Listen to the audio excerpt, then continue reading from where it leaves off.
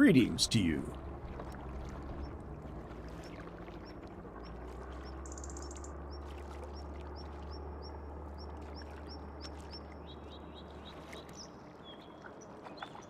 Be more specific with your conversation request.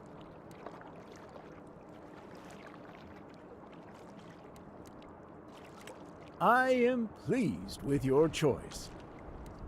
I sense a significant amount of feel-good hormones in my brain. Why, do you ask? I just solved another case in town.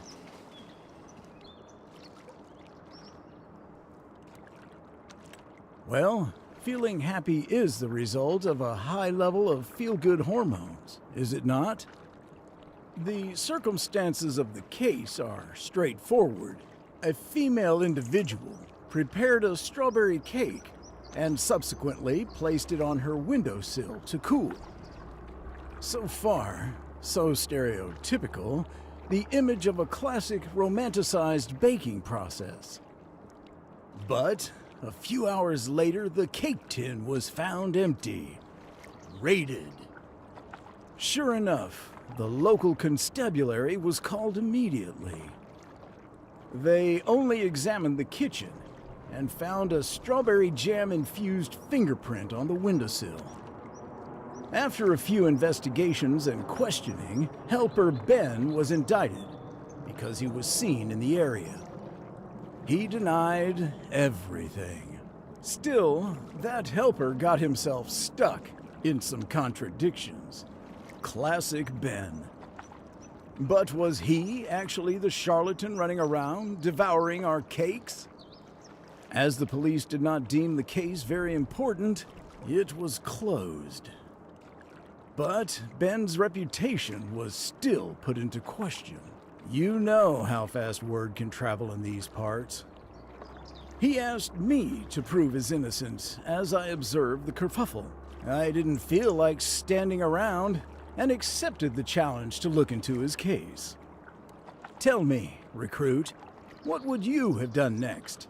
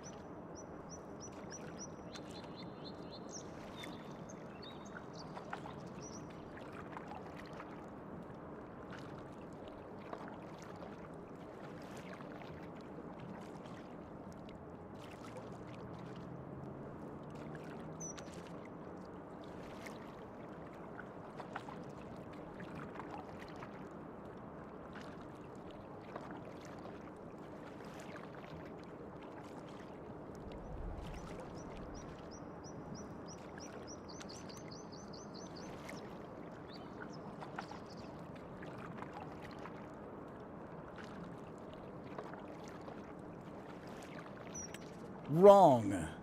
The police had already done that. We needed new evidence. As I own a standard detective kit, I took the fingerprint left at the scene. It was not Ben's. I stated that with confidence immediately. I have dossiers including the fingerprints of everyone in town. Now, the only thing left was finding out the identity of the actual culprit. Unlike the lazy constable, I checked the garden.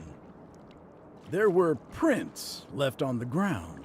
I didn't even need to measure the size or match the prints with the information in my dossiers.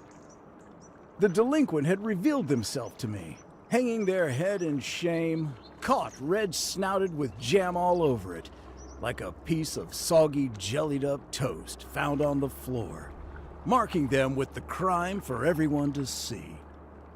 It was Bill, Katie's water buffalo. Ben was just there, helping to trim the hedges. After he left, our animalistic offender smelt the cake and opened the gate.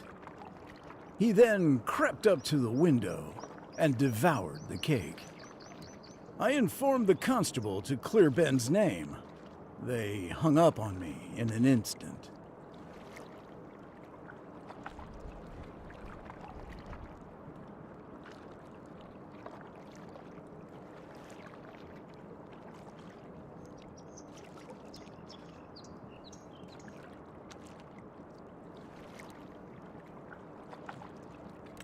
Excuse me? That's hard detective work. It wasn't that simple.